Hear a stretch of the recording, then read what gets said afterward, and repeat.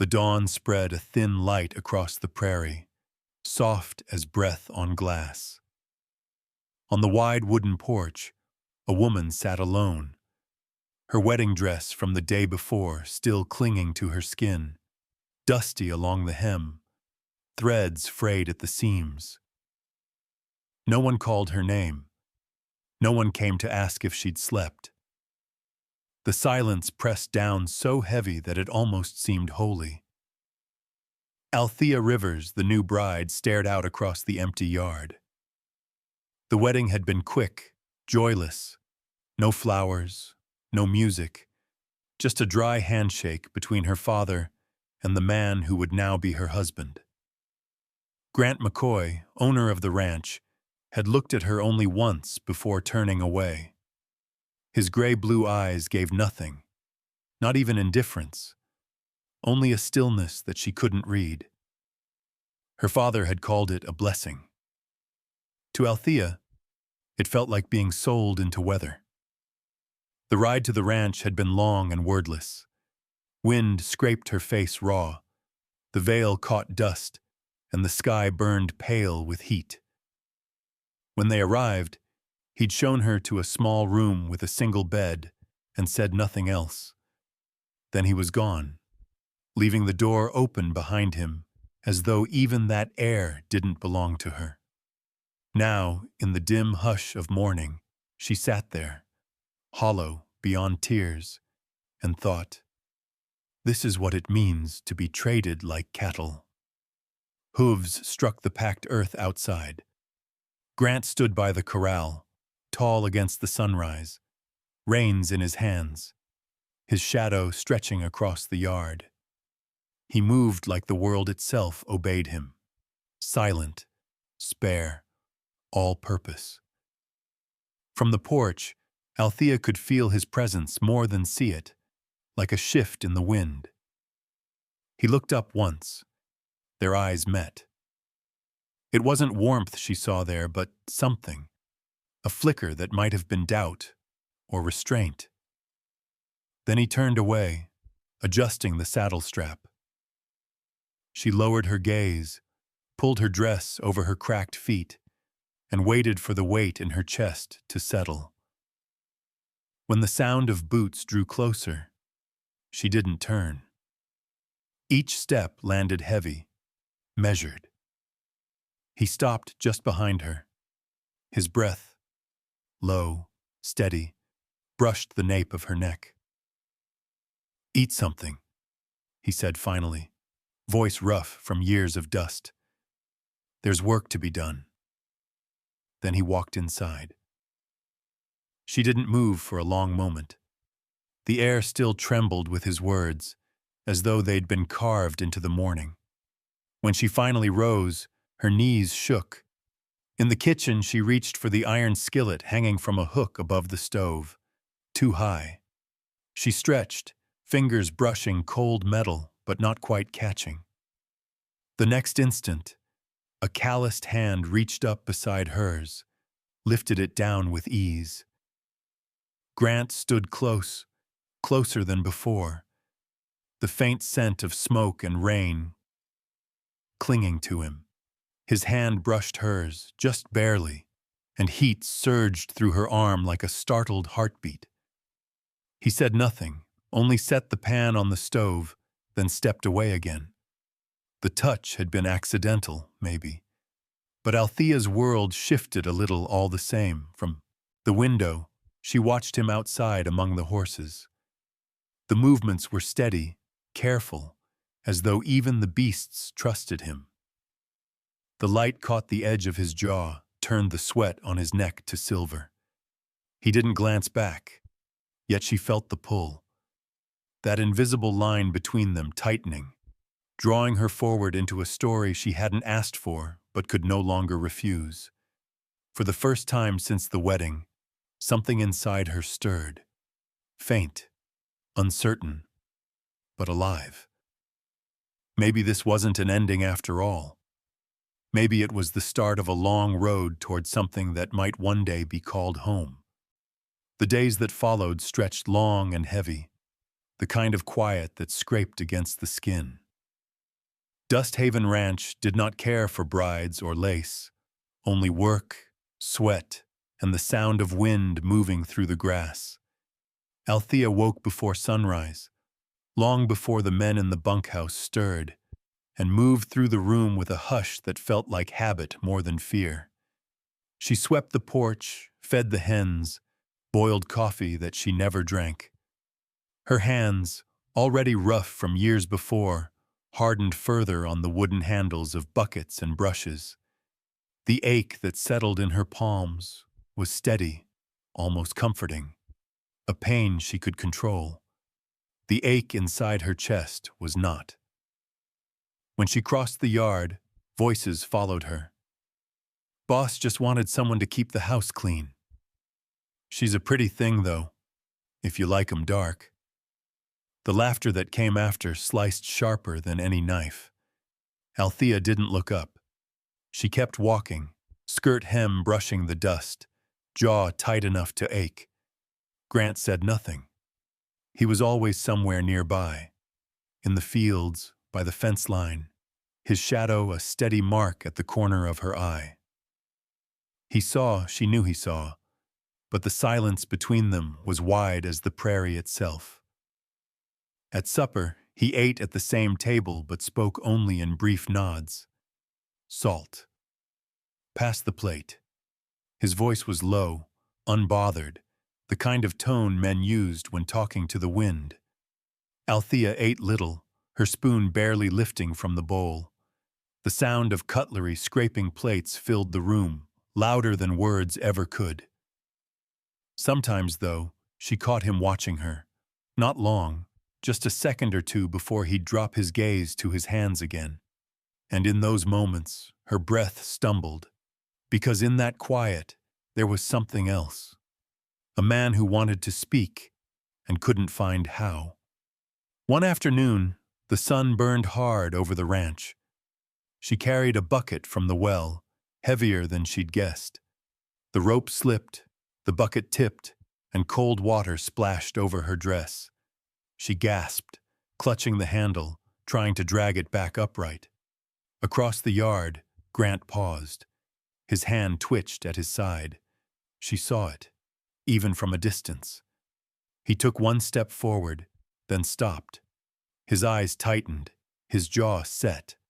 Then he turned away, forcing himself back to the fence. Althea didn't know why that hurt more than the laughter had. By evening, she sat at the table again, her dress still damp along the hem. The lamps flickered soft gold. Grant sat opposite her, his plate empty, the fork still in his hand. She lowered her eyes when he spoke. "Don't listen to them." The words were rough, uneven, as though dragged through gravel. Her head lifted. He didn't look at her, but his voice steadied. "Men talk to fill the silence. You don't owe them your ears." For a heartbeat, she couldn't breathe. No one had told her that before. Not her father. Not any man she'd known. "Just keep your work honest," he added, softer. "Now. That's all that matters." He stood, took his hat, and left before she could find words. Althea sat still long after the door shut. Outside, crickets hummed beneath the moon. She touched the edge of the table where his hand had rested, tracing the grain of the wood with her fingertips as though it still held warmth. That night, she lay awake in the narrow bed. The walls whispered with the wind. The phrase repeated itself in her mind until it became a pulse. Don't listen to them. It wasn't kindness exactly, not yet. But it was something solid, something that had weight and shape in a world where everything else felt like sand slipping through her fingers. The next morning, she moved through her chores as before, but her shoulders held straighter. When the ranch hands laughed again, she didn't flinch. And from across the yard, she saw Grant glance her way. Once, brief but certain, as if to make sure she'd heard him. Their days went on in the same rhythm: work, silence, meals.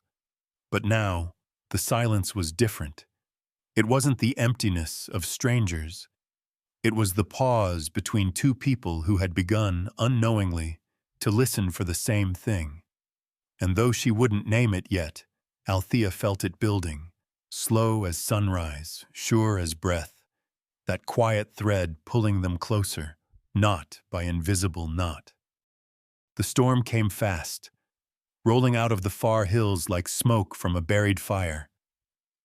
By dusk, the air had thickened, heavy with the smell of rain and iron. Althea stood by the window, hands pressed to the sill, watching clouds gather over Dust Haven. Lightning flickered deep inside the sky, and she could taste the coming downpour on her tongue. Then a sound. Horses crying out from the corral. She grabbed a blanket and ran to the porch.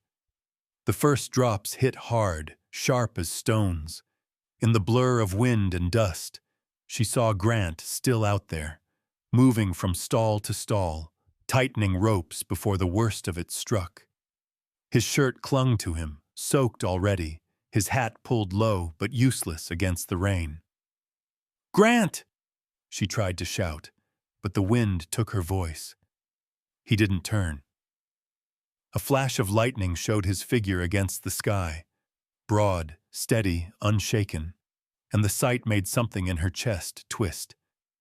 She ran forward, the blanket clutched to her body. Mud clung to her hem, water plastered her hair against her face. She reached the fence just as a gust nearly knocked her sideways. Grant caught her by the wrist. His hand was hot despite the rain, calloused, firm. "What are you doing out here?" he barked above the wind. She thrust the blanket toward him. "For the horses," but her voice broke in the gale.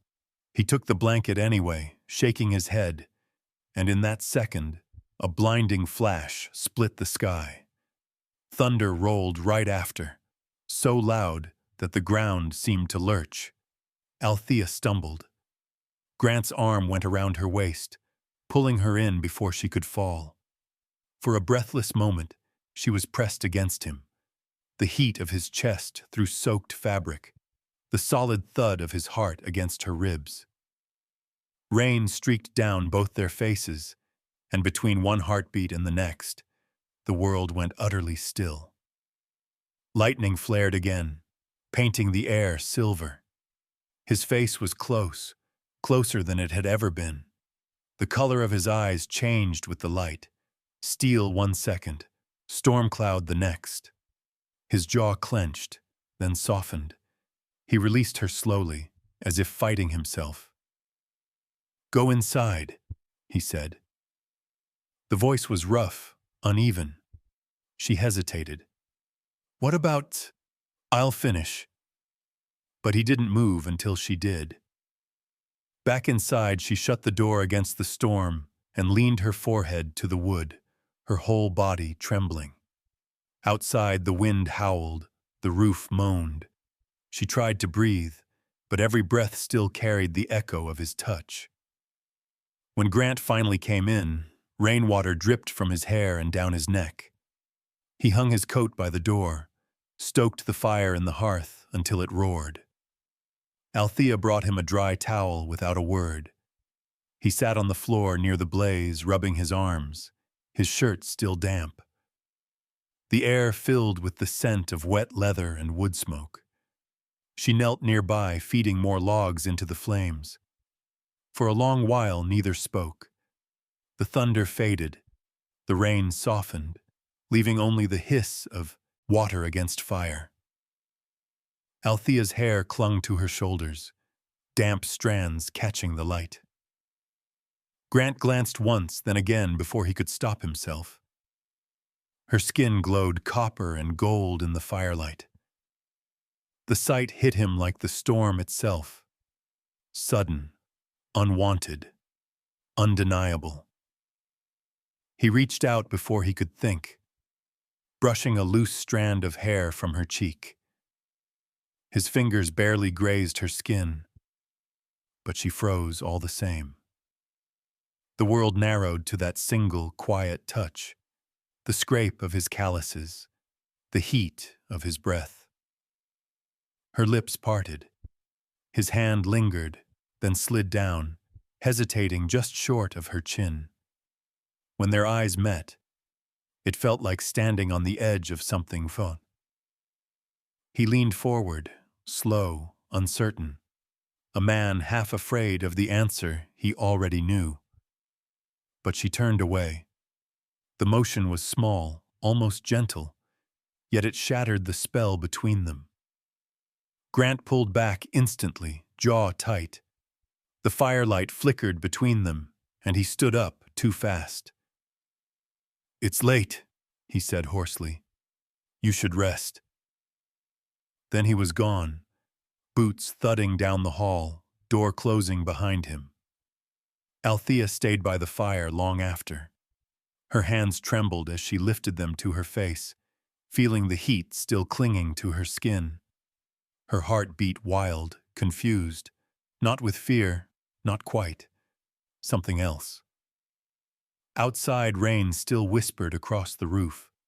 She closed her eyes and listened. The storm had passed, but its fire lingered, low, steady, burning quietly in the dark. The storm left behind a silence that felt almost holy. The sky, washed clean, stretched endless and pale. Dust Haven smelled of wet grass and smoke, of earth made tender again. For days after, the ranch moved slower, as if the wind itself had softened. Althea rose each morning to find Grant already outside. He no longer passed her in silence. Now, he nodded once, sometimes twice before leading his horse to the field. It wasn't much, but it was more than before. A quiet rhythm forming between them like two heartbeats learning to match. One morning, when the air still held the chill of dawn, he waited by the corral with two horses saddled. She stopped short at the sight. "You'll ride today," he said. Her brow furrowed. "I know. You'll learn." The words left no room for doubt. He handed her the reins, his fingers brushing hers. That same brief spark, the one that still made her breath catch. The horse shifted under her touch, restless. Grant stepped closer, his hand steadying hers on the leather. "Easy," he murmured. "They feel your fear." She tried to steady her breathing, though it came in uneven waves. His arm reached past her shoulder to adjust the strap. She could feel the heat of him, the closeness, the weight. The world narrowed to the sound of his voice and the scent of rain still clinging to his shirt. "Now," he said softly, "put your foot in the stirrup." She did. He kept one hand on her waist, the other on the saddle. When she faltered, he lifted, strong and sure, until she found herself seated, surprised by her own height. Her pulse quickened. Grant looked up at her, a flicker of pride crossing his features before he swung onto the horse beside hers.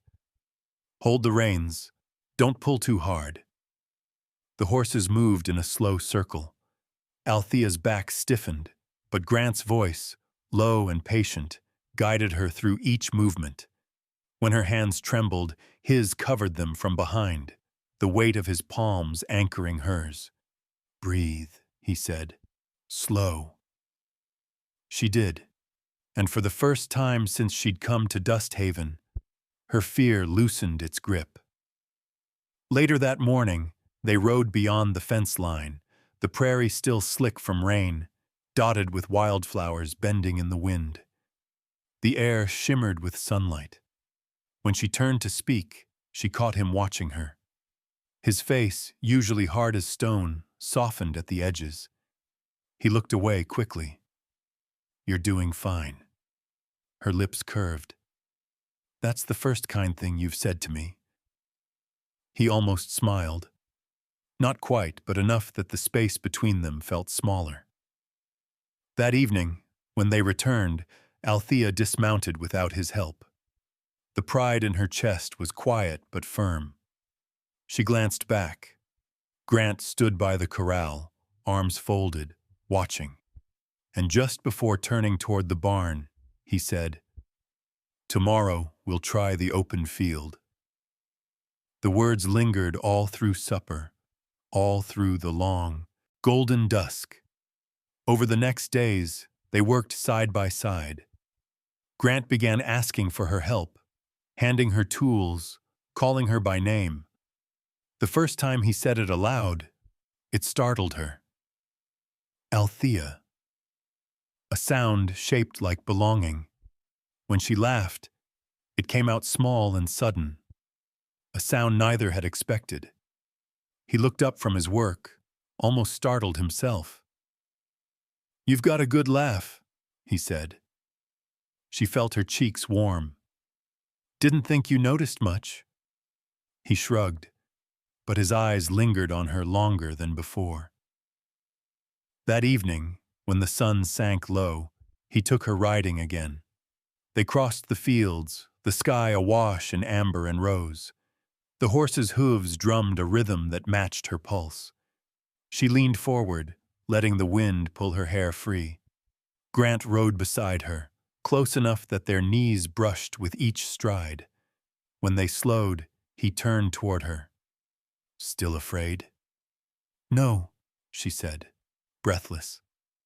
He smiled then, a real one, quiet but sure, and something in her chest unraveled. They sat like that for a while, the sun dipping lower, the light catching in his hair. And when he reached across to adjust her reins, his hand lingered a second too long on hers. "Better," he murmured. She nodded, unable to speak. As they rode back, the horizon bled into twilight. A sense of calm, fragile, precious, settled between them. She didn't know what it meant yet. Only that when he looked her way, she no longer saw the man who'd left her on the porch that first morning. She saw someone trying, quietly, awkwardly, but trying all the same. And that, she realized, was more than she'd ever dared hope for. The morning of the town festival broke warm and bright. From the porch, Althea watched the wagons roll past, wheels crunching the dirt road toward town. The air smelled of sugar and hay, of something alive after months of silence. She stood beside Grant's wagon, smoothing the folds of her dress. One she had mended herself, pale blue with tiny stitches hidden along the seams. Grant appeared from the barn, hat in hand, sleeves rolled, his shirt clean for once. He paused when he saw her, eyes tracing the line of her shoulders before he looked away. "You ready?" She nodded, though her stomach fluttered. It would be her first time in town since the wedding, since the whispers, the stares, the pitying smiles. She took a slow breath, climbed into the wagon, and felt the seat dip as Grant joined her. The horses snorted, and the wheels began to turn. Neither spoke much on the road. Wind lifted the edges of her scarf. Once it nearly slipped free and Grant caught it before it could blow away. His fingers brushed her wrist as he handed it back. The brief touch steadied her more than any words could have. When they reached town, the noise hit all at once. Fiddles, laughter, the clatter of boots on wood. Banners hung from the balconies, and the air shimmered with sunlight. But as Althea stepped down, the sounds dimmed, conversations faltered. A dozen eyes turned her way. "The McCoy bride," someone murmured. "She came. Bold, for her kind." The words were soft but sharp. Althea's breath caught. Every muscle in her body tensed, willing herself invisible. She wanted to turn back, climb into the wagon, and vanish into the dust. Then a hand took hers. Grant's. He didn't look at her, just clasped her hand firmly and began walking, straight through the crowd, his stride even, his expression unreadable.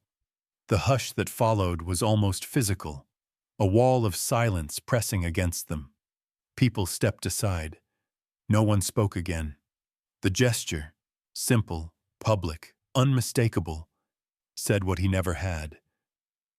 She belongs here. She belongs to me. Althea couldn't move, couldn't breathe. Her heart thundered. Grant's hand was rough, warm, his thumb grazing the back of hers once, twice, a silent reassurance. When she finally dared to glance up, she saw his jaw set, his eyes fixed forward. And yet there was softness in the way he held her hand. Not possession, but protection.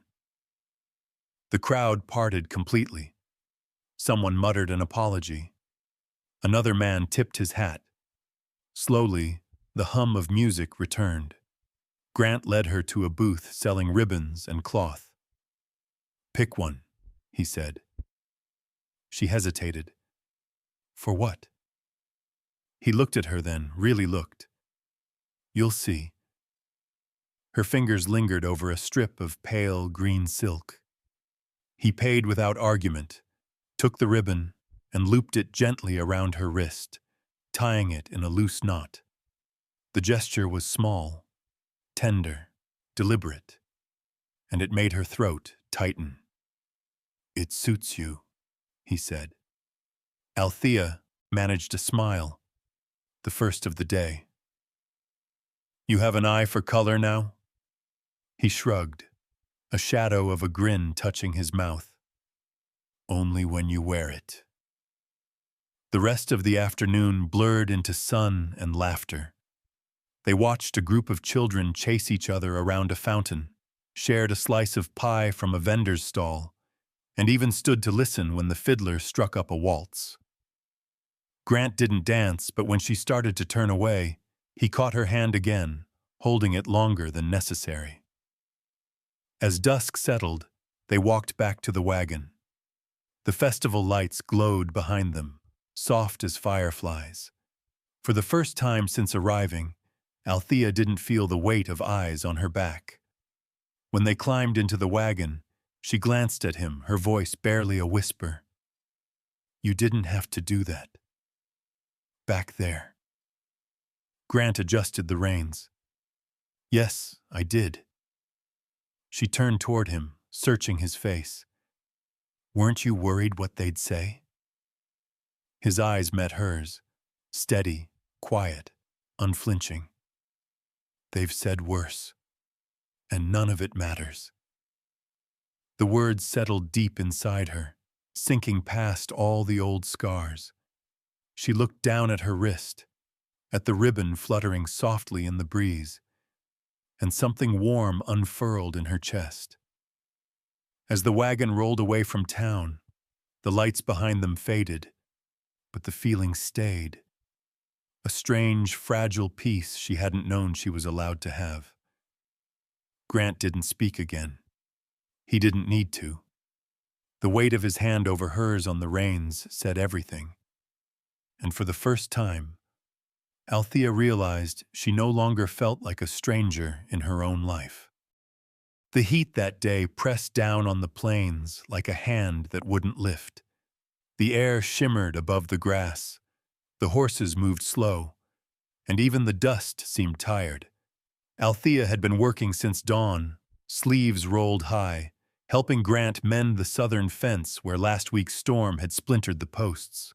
Sweat ran down her back, soaked the collar of her dress. When she stopped to rest, Grant passed her a canteen without a word. "Drink," he said. The water was warm but welcome. She tilted her head back, eyes half closed, feeling it cool her throat. When she lowered the bottle, she found him watching her, not by accident this time, but openly, as though he couldn't look away. "What?" she asked, breathless. Grant shook his head once, eyes dark under the brim of his hat. Nothing. But his voice had changed. Lower, rougher, carrying something she'd never heard before. By late afternoon, the sun dipped low enough to soften the light. Althea leaned against the corral rail, catching her breath. Grant came up beside her, close enough that his shadow crossed hers. The wind shifted, carrying the faint scent of cedar and sweat. "You've done enough for one day," he said. She smiled faintly. "You sound like an order." He hesitated, then gave the smallest of grins, the kind that always slipped through before he could stop it. "Maybe it is." When she didn't move, he stepped forward and, without warning, swept her up in his arms. "Grant! Hold still." Her protest vanished when she felt the steadiness of his grip, the surety, the warmth. She could hear his heartbeat through the fabric of his shirt. The world tilted as he carried her toward the house, his boots thudding against the porch boards. Inside, the air was dim and cool. He set her down gently on the worn sofa by the fire. The only sounds were the creak of the floor and their uneven breaths. "You didn't have to." He cut her off softly. "I wanted to." The words seemed to hang in the air between them, trembling. Althea swallowed hard. He sat beside her, close enough that his arm brushed hers. The heat from outside still clung to their skin. Grant ran a hand through his hair, the motion restless. "You've worked harder than anyone I've ever met," he said quietly. "You shouldn't have had to." Althea turned to him, her voice barely a whisper.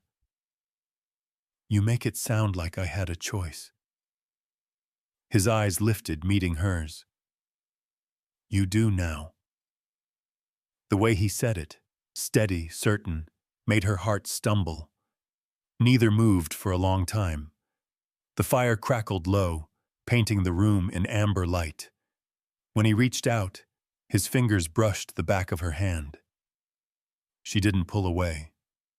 His touch trailed upward, tracing the curve of her wrist, the pulse that leapt beneath his thumb. The air thickened, warm as honey.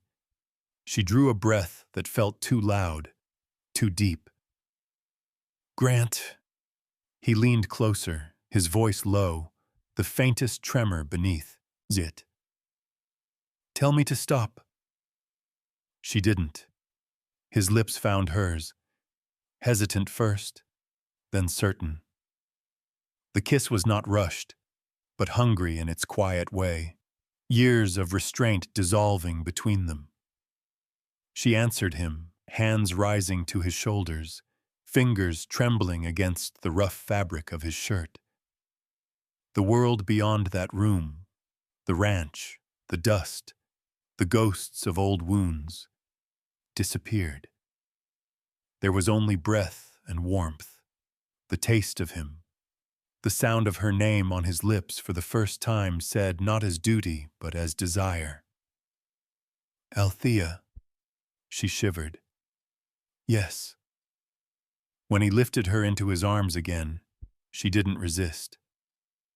The bedroom door closed behind them with a soft click. Candlelight flickered along the walls, trembling like their hearts. Grant's hands were careful, reverent, as if he feared she might vanish if he touched her too roughly. "Are you afraid?" he whispered. "No," she breathed. "Not anymore." Clothes fell away like old armor. Skin met skin. Each kiss deepened. Each breath pulled them closer. When he entered her, it wasn't fierce but slow, the kind of closeness that felt like promise. She clung to him, eyes wet, not from pain, but the strange tenderness of being seen at last. Outside, a breeze swept through the grass, carrying the scent of rain and summer heat. Inside, two people who had once been strangers found something close to peace. When it was over, they lay together in the dim glow, her head on his chest, his hand tracing circles against her shoulder. The rhythm of his heartbeat lulled her toward sleep. Grant bent close, his lips brushing her temple. "Now," he murmured, voice hoarse, "we're truly husband and wife." Althea smiled through the quiet tears that came. For the first time, the word wife felt like something she'd chosen, not something she'd been given. Outside, night folded itself around the ranch. The wind stilled, and inside that small wooden house, two hearts beat steady in the dark. The sound of a promise finally kept. The first light of morning crept across the wooden floorboards, thin as silk. Althea stirred before she opened her eyes, aware first of warmth, the steady heat of a body beside her, the soft rhythm of breathing that wasn't her own. She turned slightly, her cheek brushing against bare skin. Grant lay on his back, one arm curved beneath his head, the other resting loosely over her waist, as if even in sleep he couldn't quite let go. For a moment she didn't move. The night still lingered on her skin. The taste of him, the weight of his hands, the unsteady tenderness that had unraveled something deep inside her. She'd imagined closeness before, but never like this.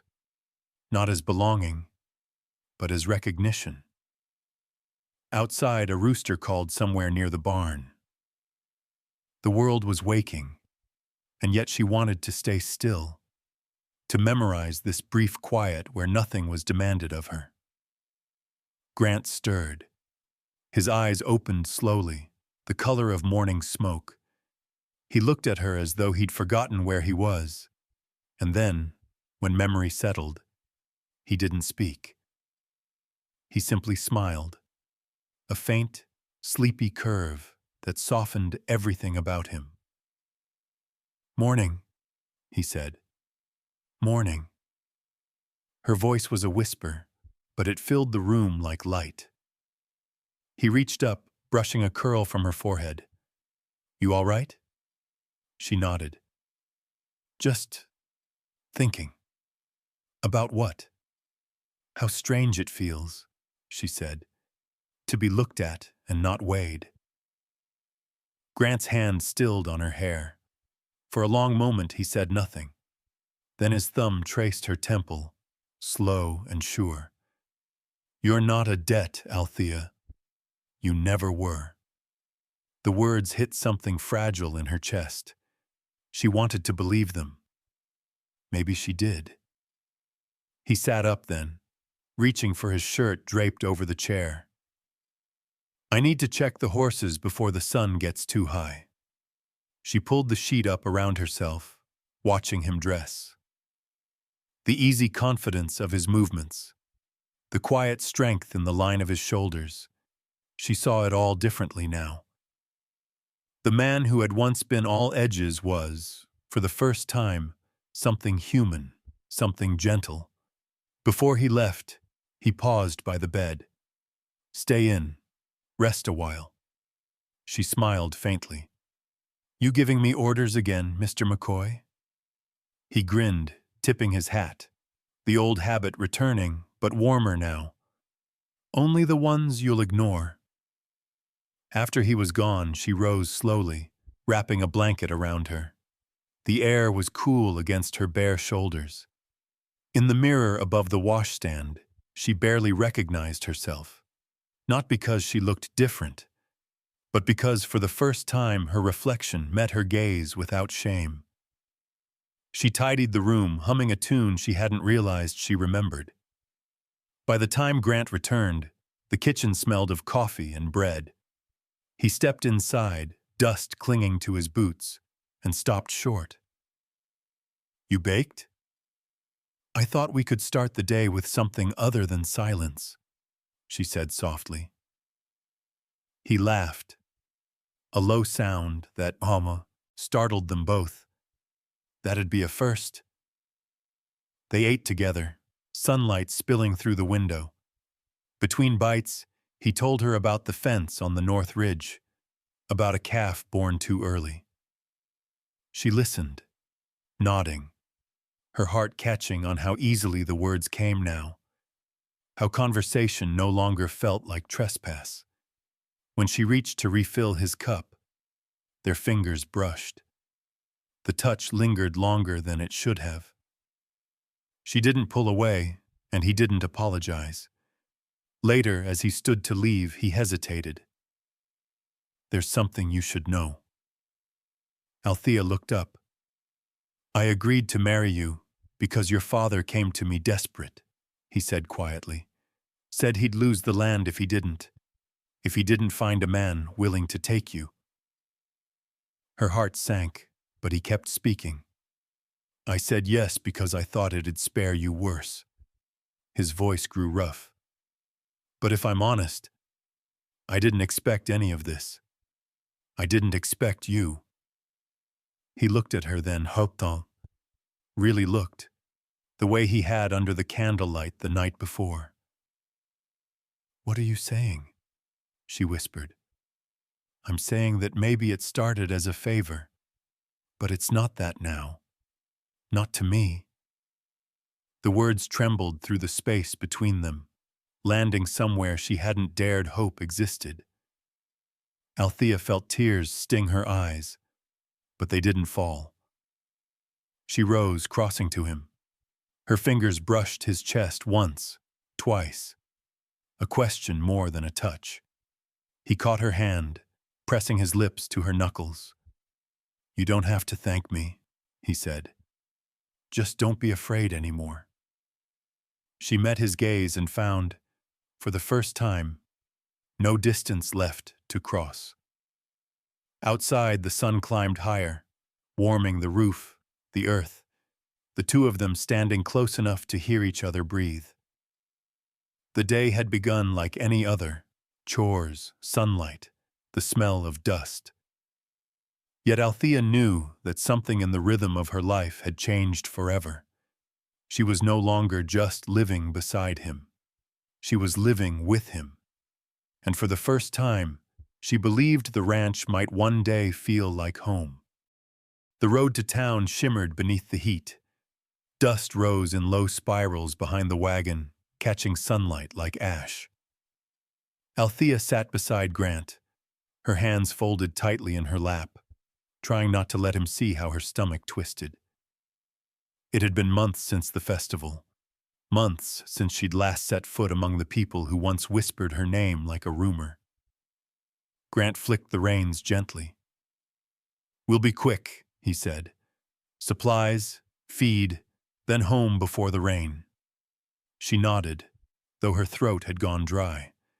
The fields gave way to fences, then houses, and soon the hum of voices grew louder. The town square was already crowded, merchants shouting, horses stamping, music from somewhere far off. When Grant pulled the wagon to a stop, heads turned. "There they are. McCoy's wife. She really came back?" Althea felt every word like a pebble against glass. Her fingers dug into her skirt. Grant stepped down first, turning to offer his hand.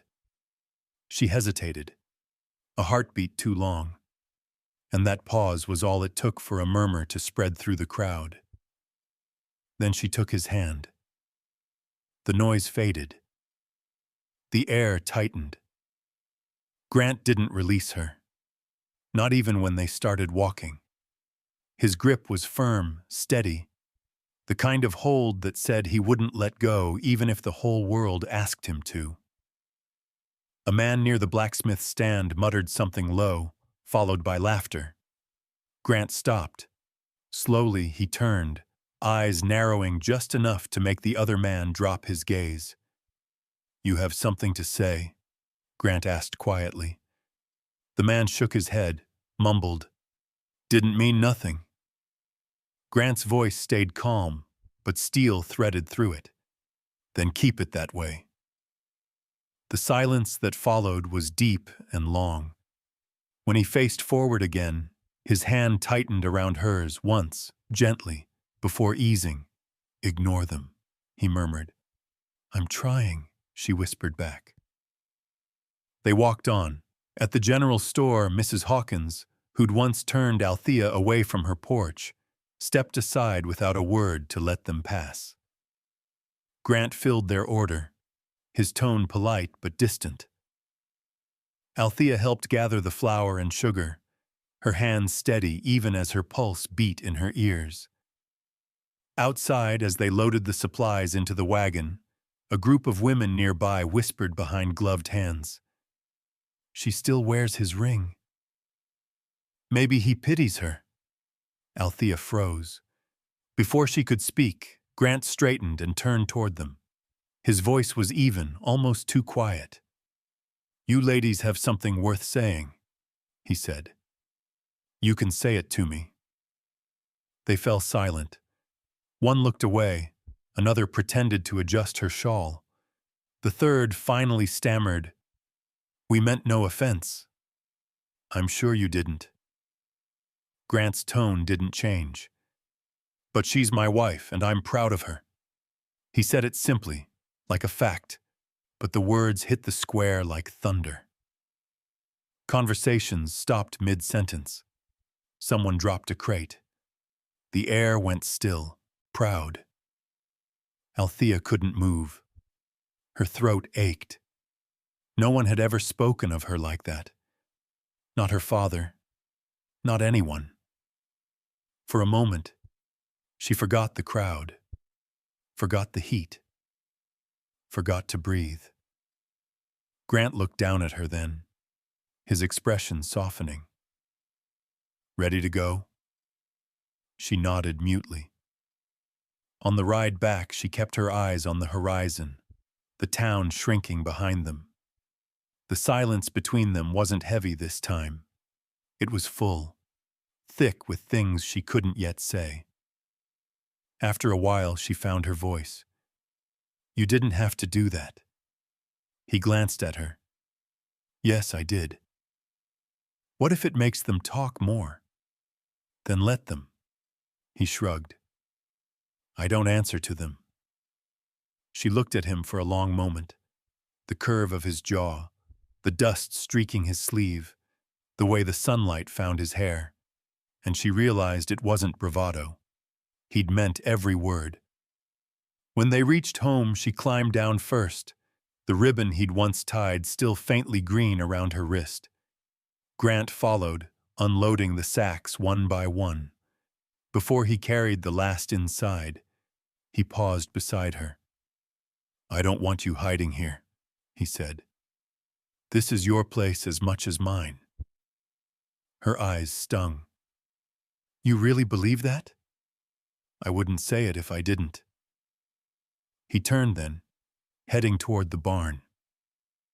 Althea stood still, watching him go, that broad, familiar figure against the sinking sun. The wind moved through the grass, carrying with it the faintest echo of his words. "My wife. I'm proud of her."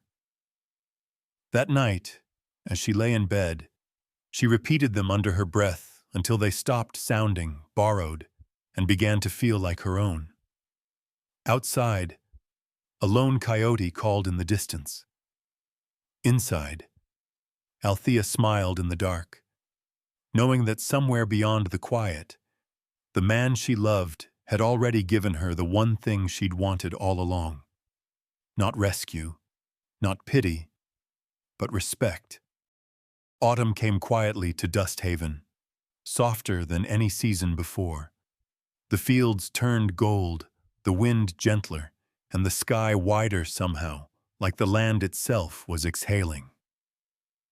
Althea walked the fence line that morning, her basket half full of apples from the small tree she'd planted near the house last spring. When she looked toward the barn, she saw Grant brushing down a bay colt, humming something low under his breath. The sight, simple, unguarded, filled her chest with a warmth that no fire could match. He looked up when she approached. "You planning to sell those or eat them all yourself?" She smiled. "Maybe share if you're lucky." He wiped his hands on his trousers, eyes bright beneath the brim of his hat. "There's a fair over in Willow Creek today. Charity gathering for the orphanage. Thought maybe we could bring some of those along." "An orphanage?" He nodded. "They're raising money for supplies. Could use an extra pair of hands." She hesitated. Months ago, the thought of facing strangers would have frozen her in place. Now, she only drew a steady breath. "All right," she said. "Let's go." The road wound through dry grass and scattered oak trees. Althea watched the land roll by. The same land that once felt endless and empty now seemed full of quiet life. Birds darted over the fences. Sunlight flickered through the wagon slats. Grant's hand rested on the reins, his thumb brushing the leather with an absent rhythm. Every so often he glanced at her, not with question, but with the easy comfort of someone who no longer needed to. When they arrived, laughter and music spilled through the air. Children ran barefoot around the yard, their clothes patched, their faces bright. A few women stirred stew in iron pots, while men repaired the porch railing with borrowed hammers. Grant handed the basket to a woman in a sun-bleached dress. "From the McCoy Ranch," he said. "Apples!" she exclaimed, smiling wide. "Thank you kindly." Althea knelt to help arrange them on a table. A small boy with curls the color of dust crept closer, eyeing the fruit. His face was smudged, his eyes too old for his years. She held one out to him. "Go on," she said. "They're sweet." He hesitated, glancing at Grant before taking it. When his teeth sank in, juice dripped down his chin. He laughed, shy but unrestrained. Something in that sound struck deep inside her. The same ache that used to come when she thought of the life she'd never dared imagine. Grant crouched beside her, handing another apple to the boy. "Got a name, kid?" "Thomas," the child said, wiping his mouth. "Thomas," Grant repeated, his voice gentle. "Strong name." The boy nodded solemnly, clutching the apple like treasure. The rest of the afternoon passed in easy rhythm. Althea helped serve food, mended a torn sleeve, and even joined in a few songs when the older girls began clapping along. Grant fixed a broken latch on Chanson, the chicken pen. His sleeves rolled, arms streaked with dust. Every so often, she caught him watching her, a quiet look that said more than words ever could. When the sky began to pinken, the children gathered to say thank you. Thomas stood in front, his small voice trembling as he whispered, "You can come back if you want. We got lots of work." Althea knelt so they were eye to eye. "Maybe I will," she said softly. "Would you like that?" He nodded, the apple core still clutched in his hand. Grant laid a palm on the boy's head. "Keep growing strong, Thomas." On the wagon ride home, the air was cool, the sun dipping low behind the hills. Althea sat with her hands in her lap, silent for a long time. Finally, she said, "You knew I'd like it there, didn't you?" Grant smiled faintly. "Figured you might." She turned toward him.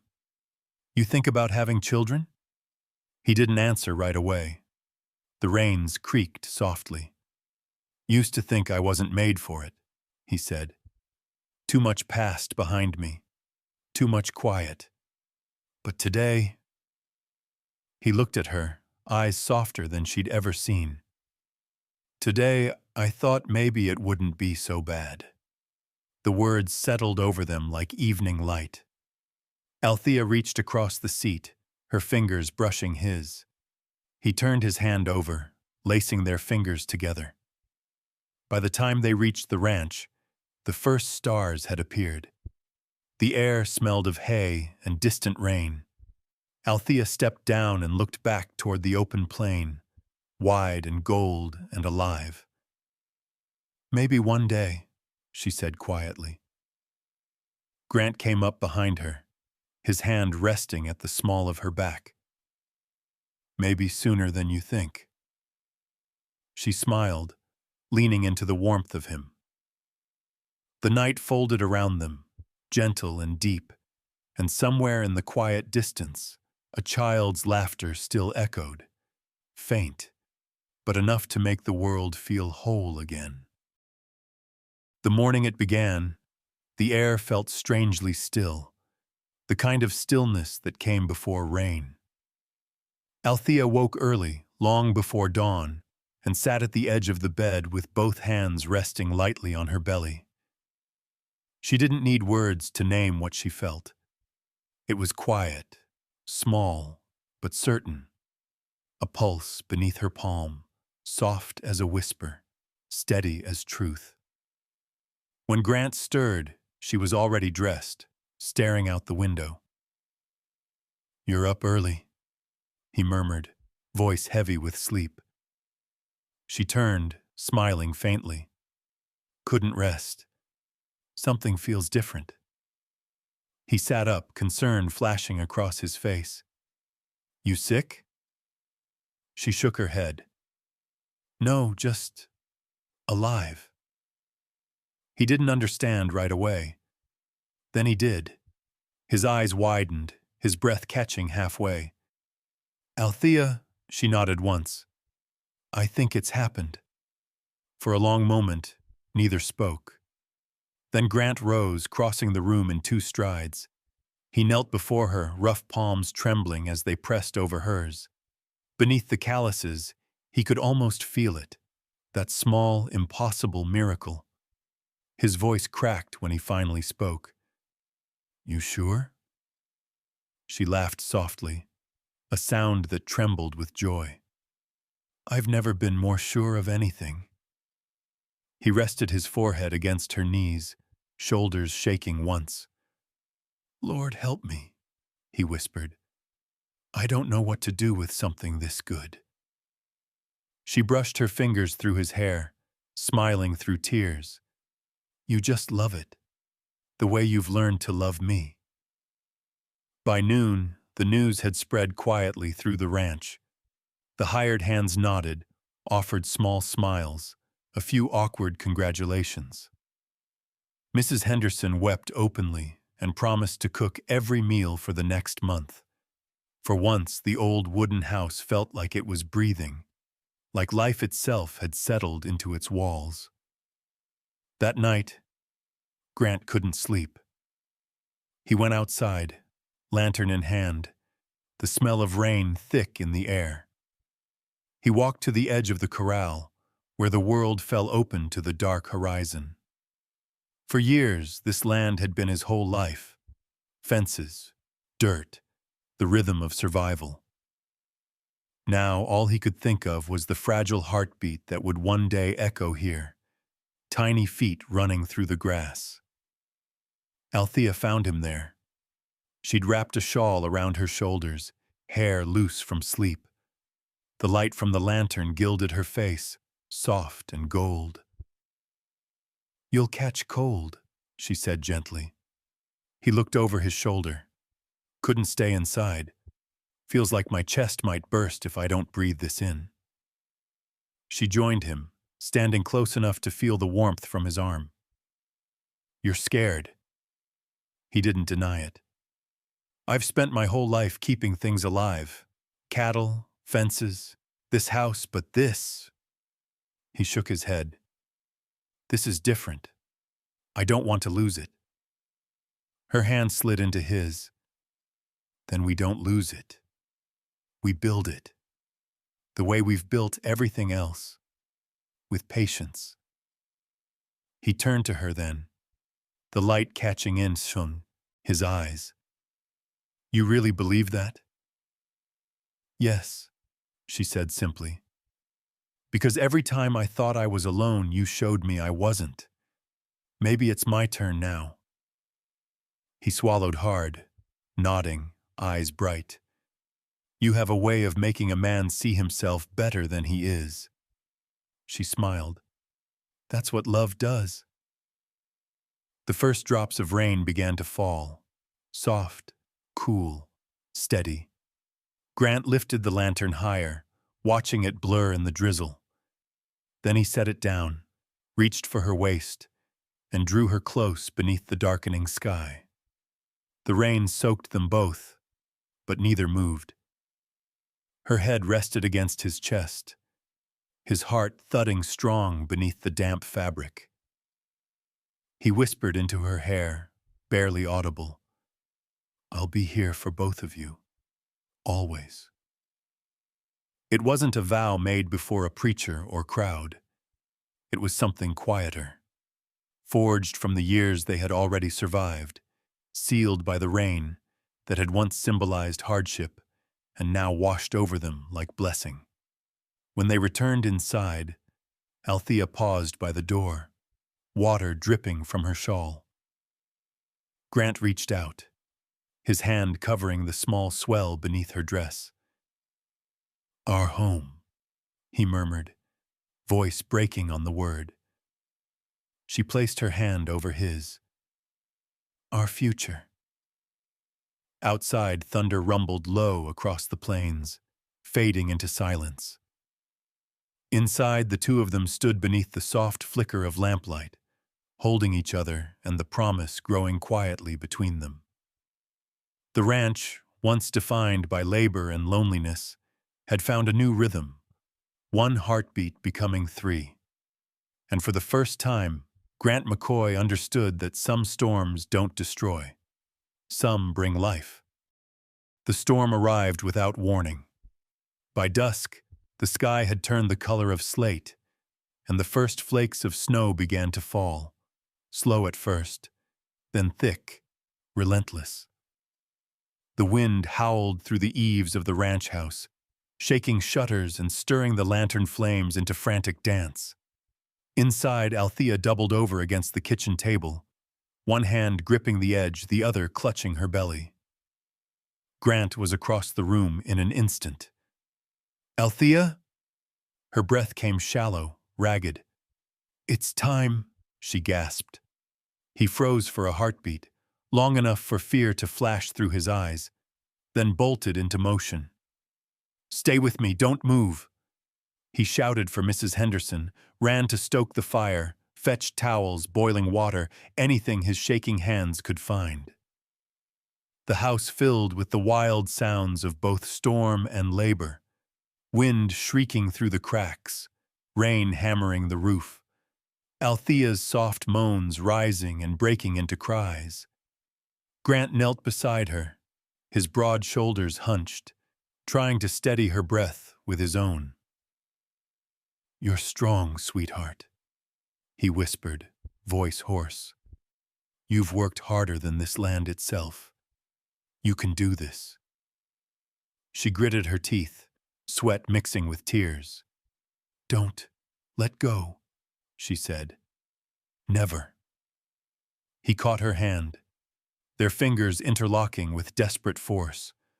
Her grip was small but fierce, a lifeline that kept him from collapsing into helplessness. Hours passed in fragments, pain, breath, storm. Each contraction tore through her body like lightning, and each time she thought she had nothing left, Grant's voice pulled her back from the edge. Look at me, he said again and again, forehead pressed to hers. Right here, Althea. Right here. Mrs. Henderson's face glistened with sweat, her old hands moving fast but steady. She's close, she muttered. One more, dear. One more push. Outside, thunder cracked so loud the windows rattled. Althea screamed, raw, human, alive. And then, cutting through the storm, came a new sound, a thin, sharp cry. Everything went still. Grant's breath hitched, the world shrinking to that single note of life. Mrs. Henderson lifted the tiny child, red and wailing, and wrapped it in a towel. "A girl," she whispered, smiling through tears. "You've got yourself a daughter." Grant's legs almost gave out beneath him. He sank to the floor beside the bed, laughter and sobs breaking from the same place in his chest. Althea collapsed back onto the pillow, hair plastered to her forehead, eyes fluttering open. "Let me see her," she breathed. Mrs. Henderson placed the small bundle in her arms. The crying quieted almost instantly, replaced by the soft rhythm of new breath. Althea's hand trembled as she traced the tiny cheek. "She's perfect," she whispered. "Grant, look." He leaned close, his shadow falling over both of them. The baby's fingers curled around one of his, impossibly small, impossibly strong. He laughed again, a broken, unbelieving sound, and pressed his lips to Althea's temple. "You did it," he murmured. "You both did." Her eyes shone in the firelight. "She's ours." He nodded, tears glistening on his lashes. "Ours." For a long while they said nothing more. The storm raged outside, but in that small wooden room there was only warmth. The fire crackling low, the baby's tiny breaths, the steady thump of Grant's heart as he held them close. When the wind finally began to fade, dawn was pushing at the edges of the night. Grant sat by the bed, his hand resting on Althea's arm, afraid to blink, afraid to miss any part of it. "She's sleeping," Althea whispered, smiling weakly. "So are you," he said, brushing her hair back. She turned her head toward him. "Promise me something. Anything.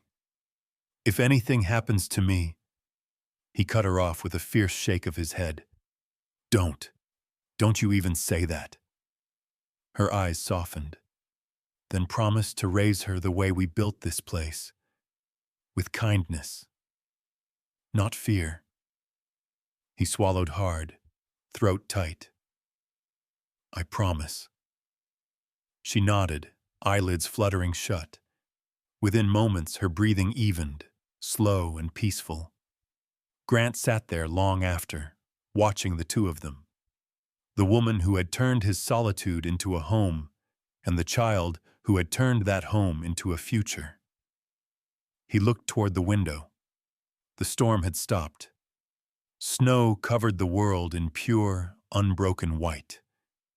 For the first time in years, Grant McCoy felt no weight, no debt, no silence pressing on his chest. Just love, raw and unguarded, filling every inch of the room.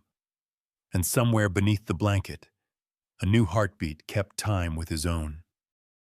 Years passed like the wind across the plains, quiet, constant, shaping everything it touched. The McCoy Ranch, once just a patch of weary land, now stretched wide and green under the morning sun. Fences lined the hills, cattle grazed lazily by the creek, and the air carried the faint scent of hay and lilacs Althea had planted near the porch. From the doorway, she watched their children run through the yard. Elise, tall and sure as her father, chasing after Samuel, who laughed so hard he tripped over his own boots. The youngest, a curly-haired boy barely steady on his feet, toddled behind them with a wooden spoon in hand, his laughter rolling like music. "Slow down, you'll scare the horses," Grant called from the barn, his voice firm but carrying a smile. He stepped out a moment later, wiping his hands on a rag, the sun catching in the streaks of silver now threading through his hair. When he saw Althea, he lifted a hand in greeting, the same quiet gesture he'd given her on the first morning she'd ever seen him smile. She smiled back, the years between then and now folding like pages in a book they had written together. He came up the steps, leaning against the railing beside her. "You've been up since dawn again." Can't help it, she said softly. Old habits. He glanced toward the children. You ever think about how far we've come? She nodded. Every day. Grant looked out across the land, the barns standing firm, the fences mended, the fields glowing gold beneath the rising light. Sometimes I still hear what people said about us, he admitted. How it would never work. How the world wouldn't change. And did it? She asked. He smiled faintly. Maybe not the whole world, but this piece of it did. A warm wind brushed against them, carrying the smell of breakfast and the faint laughter of the children by the creek. Althea leaned against his shoulder. That's enough, isn't it? It's everything, he said simply. They stayed like that for a while, quiet, content, the world around them humming with life. Later, when the sun climbed higher, Elise came running, her hair tangled and wild. Mama, Papa, come see! She tugged their hands, pulling them across the yard to where the boys had built a small wooden corral for a pair of stray goats. It was crooked, patched with rope and imagination, but the pride in their eyes made it beautiful. Grant laughed, crouching beside the makeshift fence. Looks like you've got my stubbornness. Althea knelt beside him. And my hope. Elise beamed. Can we keep them? Grant pretended to think. If you promise to feed them. We will, Samuel shouted. Every day.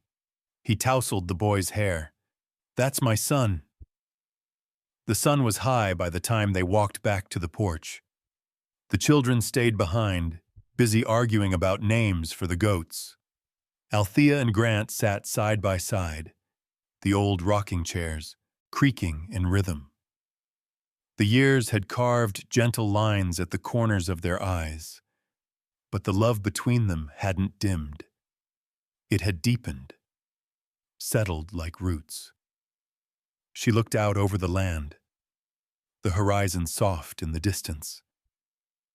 When we first met, she said quietly, I thought this place would break me. He turned to her. And now? She smiled. Now it's the only place I ever want to be. Grant reached over, taking her hand. You know, I used to think I built this ranch with fences and sweat. Turns out I built it with you. Her eyes glistened, the reflection of sunlight and memory mingling together. And we built it with faith, she whispered. Faith that love could grow here, even in dust. Their fingers entwined, rough and delicate, weathered and sure. Beyond them, the children's laughter rose again, blending with the sound of the wind sweeping through the grass. Think they'll remember this? Grant asked. They'll feel it, Althea said, even when we're gone. The sun began to dip lower, painting everything in gold. Grant stood, pulling her up with him. Come on, he said softly. Let's show them how to ride before the light fades. Together they crossed the yard, their shadows stretching long across the earth they had healed. The children's voices lifted in delight as the horses were saddled, the evening wind carrying their laughter across the fields. And as Althea climbed onto her mare, Grant steadying her by the waist, she looked back at the house, the porch, the fields, the life they had built. Everything that once began with silence now rang with joy. This was their legacy, not land or cattle or even the house standing proud on the hill, but the quiet love that had taken root between two people the world once doubted, and the home that love had grown strong enough to last beyond them both. As the sun disappeared over the horizon, Althea leaned close, her voice barely louder than the wind. We made it, Grant. He smiled, tipping his hat, eyes full of evening light. We did. And under the wide western sky, they rode together, the sound of laughter and hooves echoing through the valley, carrying with it the unbroken promise of a love that had turned the wild into home. Perhaps you, too, have known a love that came late but stayed forever, or rebuilt your own home after seasons of loss and loneliness. If so, we invite you to share your story below, because memories like these keep the heart young. And if this tale touched you, please take a moment to like, subscribe, and share, so that more hearts can find warmth in these Wild West love stories, where every sunset carries the promise that it's never too late to begin again.